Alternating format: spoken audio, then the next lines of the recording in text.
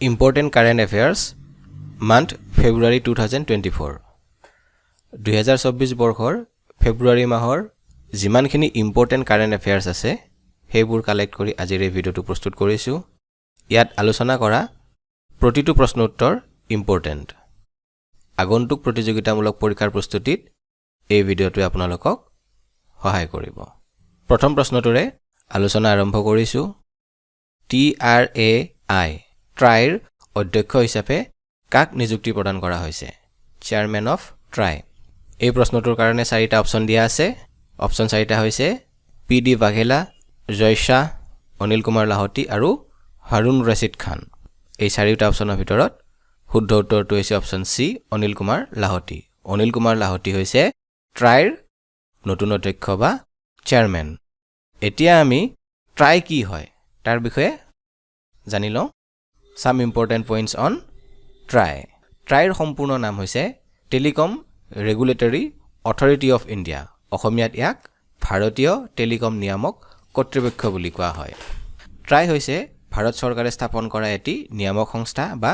regulatory authority এই সংস্থাটোৱে ভাৰতৰ দূৰ সংযোগ বা টেলিকমিউনিকেশ্যন খণ্ডক নিয়ন্ত্ৰণ কৰে ইয়াৰ স্থাপন হৈছিল 1997 চনত আৰু ইয়াৰ মুখ্য কাৰ্যালয় আছে নতুন দিল্লীত গতিকে আমি গম পালো ট্ৰাই কি হয় আৰু ট্ৰাইৰ বৰ্তমান অধ্যক্ষ গৰাকীৰ নাম হৈছে অনিল কুমাৰ লাহটি ইয়াত উল্লেখিত PD বাঘেলা হৈছে ট্ৰাইৰ প্ৰাক্তন অধ্যক্ষ জয়শা হৈছে ভাৰতীয় ক্ৰিকেট নিয়ন্ত্ৰণ বোৰ্ড চমুকৈ আমি BCCI বুলি কওঁ এই BCCIৰ সেক্ৰেটাৰী আৰু হাৰুন ৰশিদ খান হৈছে ৰিজাৰ্ভ বেংক অফ ইণ্ডিয়াৰ প্ৰাক্তন ডেপুটি গভৰ্ণৰ 2 নং প্ৰশ্ন কোনখন ৰাজ্যত খেলো ইণ্ডিয়া ইউনিভাৰ্চিটি গেমছ 2024 অনুষ্ঠিত হ'ব এই প্ৰশ্নটোৰ কাৰণে চাৰিটা অপচন আছে গুজৰাট আসাম হাৰিয়ানা আৰু মহাৰাষ্ট্ৰ এই চাৰিটা অপচনৰ ভিতৰত শুদ্ধ উত্তৰটো হৈছে অপচন বি আসাম অসমত খেলো ইণ্ডিয়া ইউনিভাৰ্চিটি গেমছ 2024 অনুষ্ঠিত হ'ব খেলো ইণ্ডিয়া ইউনিভাৰ্চিটি গেমছ কি হয় তাৰ বিষয়ে আমি দুটামান কথা জানি লওঁ আহক খেলো ইণ্ডিয়া ইউনিভাৰ্চিটি গেমছ হৈছে ভাৰতৰ বিশ্ববিদ্যালয়সমূহৰ মাজত অনুষ্ঠিত হোৱা এবিধ ক্ৰীড়া প্ৰতিযোগিতা এই প্ৰতিযোগিতা প্ৰথম অনুষ্ঠিত হৈছিল 2020 চনত এইবাৰ খেলো ইণ্ডিয়া ইউনিভাৰ্চিটি গেমছৰ অষ্টলক্ষ্মী 2024ৰ চতুৰ্থ সংস্কৰণ এইটো ইম্পৰ্টেন্ট হয় এইবাৰ খেলো ইণ্ডিয়া ইউনিভাৰ্চিটি গেমছৰ কিমান সংস্কৰণ অনুষ্ঠিত হৈছে চতুৰ্থ সংস্কৰণ এই সংস্কৰণ অসম তথা উত্তৰ পূব ভাৰতৰ বাকী ৰাজধানী চহৰকেইখনতো অনুষ্ঠিত হ'ব অসমৰ লগতে উত্তৰ পূব ভাৰতৰ বাকী ৰাজ্যকেইখনৰ ৰাজধানীতো কেইবিধমান খেল অনুষ্ঠিত হ'ব এই খেল কেতিয়া অনুষ্ঠিত হ'ব ফেব্ৰুৱাৰী মাহৰ 19 তাৰিখৰ পৰা ফেব্ৰুৱাৰী মাহৰ 29 তাৰিখলৈ আৰু ইয়াত আমি মনত ৰাখিব লাগিব অষ্টলক্ষ্মী হৈছে খেলো ইণ্ডিয়া ইউনিভাৰ্চিটি গেমছৰ মেস্কট এটো ইম্পৰ্টেন্ট ইয়াতে আমি মনত ৰাখিব লাগিব খেলো ইণ্ডিয়া ইউনিভাৰ্চিটি গেমছৰ মেস্কট কি অষ্টলক্ষ্মী এবাৰ কিমান সংস্কৰণ অনুষ্ঠিত হৈছে চতুৰ্থ সংস্কৰণ ক'ত অনুষ্ঠিত হ'ব অসমৰ গুৱাহাটীত আৰু উত্তৰ পূব ভাৰতৰ বাকী ৰাজ্যকেইখনৰ ৰাজধানীত কিমান তাৰিখৰ পৰা অনুষ্ঠিত হ'ব 19 ফেব্ৰুৱাৰীৰ পৰা 29 ফেব্ৰুৱাৰীলৈ এতিয়া আহিছো 3 নং প্ৰশ্নলৈ কিমান গৰাকী ভাৰতীয়ই গ্ৰেমি বঁটা 2024 লাভ কৰিছে গ্ৰেমি এৱাৰ্ড 2024 এই প্ৰশ্নটো আলোচনা কৰাৰ আগতে গ্ৰেমি বঁটা কি হয় তাৰ বিষয়ে চমুকৈ জানি লওঁ গ্ৰেমি বঁটা কোনটো ক্ষেত্ৰৰ লগত জড়িত গ্ৰেমি বঁটা সংগীতৰ ক্ষেত্ৰৰ লগত জড়িত মিউজিক ইণ্ডাষ্ট্ৰি ইয়াৰ পিছত গ্ৰেমি বঁটা কোনে প্ৰদান কৰে প্ৰথমে আমি জানিলো গ্ৰেমি বঁটা কি ক্ষেত্ৰৰ লগত জড়িত এতিয়া আমি জানিব লাগিব গ্ৰেমি বঁটা কোনে প্ৰদান কৰে গ্ৰেমি বঁটা the national academy of recording arts and sciences এই সংস্থাটোৱে প্ৰদান কৰে চমুকৈ ইয়াক NARAS বুলি কোৱা হয় আৰু সাধাৰণতে আমি ইয়াক দ্য ৰেকৰ্ডিং একাডেমী বুলি কওঁ গতিকে পৰীক্ষাত যদি প্ৰশ্ন আহে গ্ৰেমি বঁটা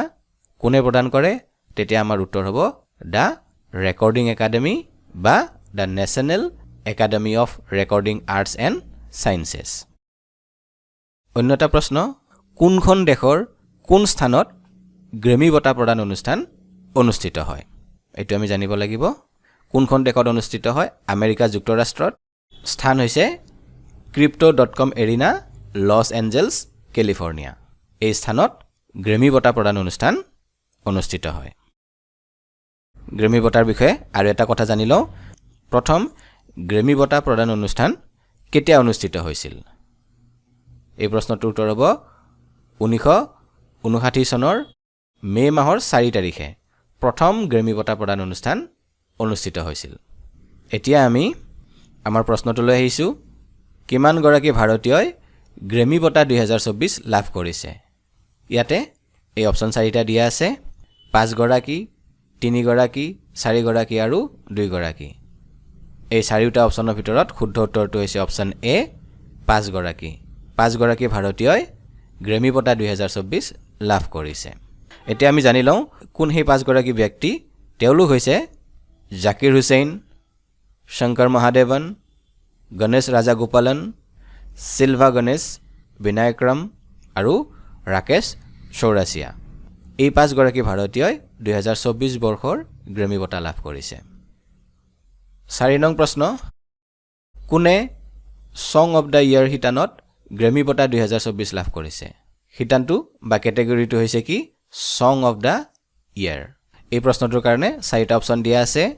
লেনি উইলসন টেইলৰ ছুইফট বিলি ইলিশ আৰু মিলি চাইৰাছ এই 4টা অপচনৰ ভিতৰত শুদ্ধ উত্তৰটো হৈছে অপচন সি বিলি ইলিশে 2024 বৰ্ষৰ সং অফ দা ইয়াৰ হিতানত গ্ৰেমি বঁটা লাভ কৰিছে তেখেতে what was I made for গীতটোৰ বাবে এই গ্ৰেমি বঁটা লাভ কৰিছে গতিকে কোনটো গীতৰ বাবে তেওঁ সং অফ দা ইয়াৰ বঁটা লাভ কৰিছে সেইটো আমি মনত ৰাখিব লাগিব গীতটো হৈছে what was I made for 5 নং প্ৰশ্ন কোনে বেষ্ট পপ ভোকেল এলবাম হিতানত গ্ৰেমি বঁটা 2024 লাভ কৰিছে এইবাৰৰ কেটেগৰীটো হৈছে কি বেষ্ট পপ ভোকেল এলবাম এই হিতানত কোনে গ্ৰেমি বঁটা লাভ কৰিছে এই 4টা অপচনৰ ভিতৰত শুদ্ধ উত্তৰটো হৈছে অপচন বি টেইলৰ ছুইফটে বেষ্ট পপ ভোকেল এলবাম হিতানত গ্ৰেমি বঁটা 2024 লাভ কৰিছে তেখেতে মিডনাইটছ নামৰ এলবামটিৰ বাবে এই গ্ৰেমি বঁটা লাভ কৰিছে 6 নং প্ৰশ্ন কোনে বেষ্ট কাণ্ট্ৰি এলবাম হিতানত গ্ৰেমি বঁটা 2024 লাভ কৰিছে বেষ্ট কাণ্ট্ৰি এলবাম এই কেটেগৰীত কোনে গ্ৰেমি বঁটা লাভ কৰিছে অপচন 4টা দিয়া আছে এ বি চি ডি এই 4টা অপচনৰ ভিতৰত শুদ্ধ উত্তৰটো হৈছে অপচন এ লেনি উইলসনে বেল বটম কাণ্ট্ৰি নামৰ এলবামটোৰ বাবে বেষ্ট কাণ্ট্ৰি এলবাম হিতানত এই বঁটা লাভ কৰিছে 7 নং প্ৰশ্ন কোনে producer of the year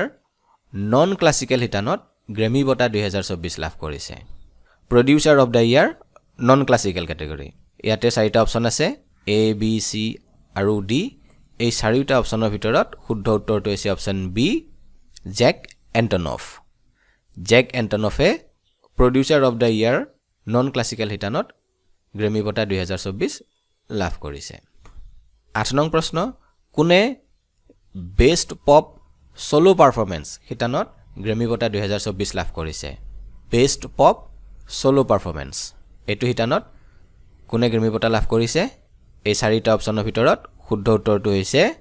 option D মিলি চাইৰাছে ফ্লাৱাৰ্ছ নামৰ গীতটোৰ বাবে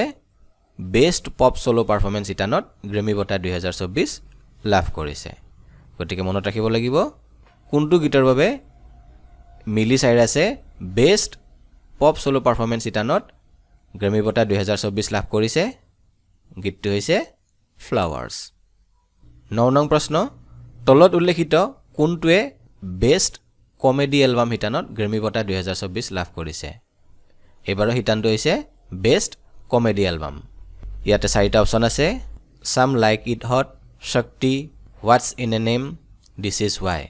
এই 4টা অপচন এই 4টা অপচনৰ ভিতৰত কোনটোৱে বেষ্ট কমেডি এলবাম হিতানত গ্ৰেমি বঁটা লাভ কৰিছে উত্তৰটো হৈছে option C what's in a name এই এলবামটিয়ে বেষ্ট কমেডি এলবাম কেটেগৰীত গ্ৰেমি বঁটা 2024 লাভ কৰিছে 10 নং প্ৰশ্ন তলত উল্লেখিত কোনটোৱে বেষ্ট গ্লোবেল মিউজিক এলবাম শিতানত গ্ৰেমি বঁটা 2024 লাভ কৰিছে অপচন 4টা দিয়া আছে some like it hot Shakti what's in a name আৰু দিস ইজ হোৱাই এই চাৰিটা অপচনৰ ভিতৰত শুদ্ধ উত্তৰটো হৈছে অপচন বি শক্তি শক্তি হৈছে এটা ফিউজন বেণ্ড সংগীত শিল্পী শংকৰ মহাদেৱন আৰু তবলাবাদক জাকিৰ হুছেইনকে ধৰি মুঠ 5 গৰাকী ব্যক্তি এই বেণ্ডটোত আছে এই শক্তি বেণ্ডটোৱে 2024 বৰ্ষৰ বেষ্ট গ্লোবেল মিউজিক এলবাম শিতানত গ্ৰেমি বঁটা লাভ কৰিছে 11 নং প্ৰশ্ন তলত উল্লেখিত কোনটোৱে বেষ্ট মিউজিকেল থিয়েটাৰ এলবাম শিতানত গ্ৰেমি বঁটা 2024 লাভ কৰিছে এই চাৰিটা অপচনৰ ভিতৰত শুদ্ধ উত্তৰটো হৈছে option A sum like it hot sum like it hot এই এলবামটোৱে বেষ্ট মিউজিকেল থিয়েটাৰ এলবাম শিতানত গ্ৰেমি বঁটা 2024 লাভ কৰিছে 12 নং প্ৰশ্ন তলত উল্লেখিত কোনটোৱে বেষ্ট ৰক এলবাম শিতানত গ্ৰেমি বঁটা 2024 লাভ কৰিছে এই প্ৰশ্নটোৰ কাৰণেও চাৰিটা অপচন দিয়া আছে এই চাৰিটা অপচনৰ ভিতৰত শুদ্ধ উত্তৰটো হৈছে অপচন ডি দিস ইজ হোৱাই এই এলবামটোৱে বেষ্ট ৰক এলবাম শিতানত 2024 বৰ্ষৰ গ্ৰেমি বঁটা লাভ কৰিছে এইখিনিলৈকে 2024 বৰ্ষৰ গ্ৰেমি বঁটা সম্পৰ্কে কেইটামান ইম্পৰ্টেণ্ট প্ৰশ্ন আমি আলোচনা কৰিলোঁ ইয়াত আলোচনা কৰা প্ৰশ্ন উত্তৰবোৰ মনত ৰাখিবলৈ চেষ্টা কৰিব এই আটাইবোৰ প্ৰশ্ন ইম্পৰ্টেণ্ট হয় আৰু আগন্তুক প্ৰতিযোগিতামূলক পৰীক্ষাবোৰক লক্ষ্য কৰিয়ে এই প্ৰশ্নবিলাক প্ৰস্তুত কৰা হৈছে গতিকে প্ৰতিটো প্ৰশ্নই ইম্পৰ্টেণ্ট 13 নং প্ৰশ্ন ইণ্ডিয়ান কোষ্ট গাৰ্ড ডে প্ৰতি বছৰে কিমান তাৰিখে পালন কৰা হয় চাৰিটা অপচন আছে ফেব্ৰুৱাৰী 1 ফেব্ৰুৱাৰী 6 ফেব্ৰুৱাৰী 5 আৰু ফেব্ৰুৱাৰী 10 এই চাৰিটা অপচনৰ ভিতৰত শুদ্ধ উত্তৰটো হৈছে অপচন এ ফেব্ৰুৱাৰী 1 প্ৰতি বছৰে ফেব্ৰুৱাৰী মাহৰ 1 তাৰিখে ইণ্ডিয়ান কোষ্ট গাৰ্ড ডে পালন কৰা হয় 14 নং প্ৰশ্ন বিশ্ব জলাশয় দিৱস বা ৱৰ্ল্ড ৱেটলেণ্ডছ ডে প্ৰতি বছৰে কিমান তাৰিখে পালন কৰা হয় অপচন 4টা আছে ফেব্ৰুৱাৰী 1 ফেব্ৰুৱাৰী 6 ফেব্ৰুৱাৰী 5 আৰু ফেব্ৰুৱাৰী 2 এই চাৰিটা অপচনৰ ভিতৰত শুদ্ধ উত্তৰটো হৈছে অপচন ডি ফেব্ৰুৱাৰী 2 প্ৰতি বছৰে ফেব্ৰুৱাৰী মাহৰ 2 তাৰিখে ৱৰ্ল্ড ৱেটলেণ্ডছ ডে বা বিশ্ব জলাশয় দিৱস পালন কৰা হয় বিশ্ব জলাশয় দিৱসৰ বিষয়ে পৰীক্ষাত এই প্ৰশ্নটো আহিব পাৰে what is the theme of world wetlands day 2024 2024 বৰ্ষৰ বিশ্ব জলাশয় দিৱসৰ থিম বা বিষয়বস্তু কি ইয়াৰ উত্তৰ হৈছে ৱেটলেণ্ডছ এণ্ড হিউমেন ৱেলবিং অৰ্থাৎ জলাশয় সুৰক্ষাৰ জৰিয়তে মানৱ কল্যাণৰ সংকল্প এইটো হৈছে বিশ্ব জলাশয় দিৱস 2024ৰ থিম বা বিষয়বস্তু পৰীক্ষাত আমি দিৱসবোৰ কোন তাৰিখে পালন কৰোঁ সেই বিষয়ে প্ৰশ্ন আহে আৰু কেতিয়াবা সেই দিৱস পালনৰ বিষয়বস্তু বা থিম কি হয় তাৰ বিষয়েও পৰীক্ষাত প্ৰশ্ন আহে গতিকে আমি দুইটাই মনত ৰাখিব লাগিব কিমান তাৰিখে পালন কৰা হয় আৰু সেই দিৱসৰ যদি কিবা থিম থাকে বা বিষয়বস্তু থাকে আমি সেইটো মনত ৰাখিব লাগিব 15 নং প্ৰশ্ন গুৱাহাটী উচ্চ ন্যায়ালয়ৰ মুখ্য ন্যায়াধীশ হিচাপে কাক নিযুক্তি প্ৰদান কৰা হৈছে chief justice of Guwahati high court option 4টা দিয়া আছে Dhananjaya Y Chandrachud H J Kania Vijay Bishnoi আৰু নান অফ দি অ্যাবভ এই চাৰিটা অপচনৰ ভিতৰত শুদ্ধ উত্তৰটো হৈছে অপচন সি বিজয় বিষ্ণৈ হৈছে গুৱাহাটী উচ্চ ন্যায়ালয়ৰ বৰ্তমান মুখ্য ন্যায়াধীশ এই অপচনত দিয়া ধনঞ্জয় ৱাই চন্দ্ৰচূড় আৰু এইচ জে কানিয়া এই দুইগৰাকী ব্যক্তি কোন হয় আপোনালোকে মোক কমেণ্ট কৰি জনাব এইটোৱে আছিল আজিৰ আলোচনাৰ শেষৰ প্ৰশ্ন ভিডিওটো ভাল পালে লাইক কমেণ্ট আৰু শ্বেয়াৰ কৰিব যদি আপুনি এতিয়াও এই চেনেলটো ছাবস্ক্ৰাইব কৰা নাই তেনেহলে ছাবস্ক্ৰাইব কৰিবলৈ অনুৰোধ কৰিলোঁ কাৰণ এই চেনেলত প্ৰতিযোগিতামূলক পৰীক্ষাৰ কাৰণে দৰকাৰী বিষয়ৰ ভিডিও আপলোড হৈ থাকে চেনেলটো ছাবস্ক্ৰাইব কৰাৰ পিছত নটিফিকেশ্যন বেলটো অন কৰি অলপ ক্লিক কৰিব তেতিয়া এই চেনেলত আপলোড হোৱা যিকোনো ভিডিওৰ নটিফিকেশ্যন প্ৰথমে আপোনাৰ ওচৰলৈ যাব ধন্যবাদ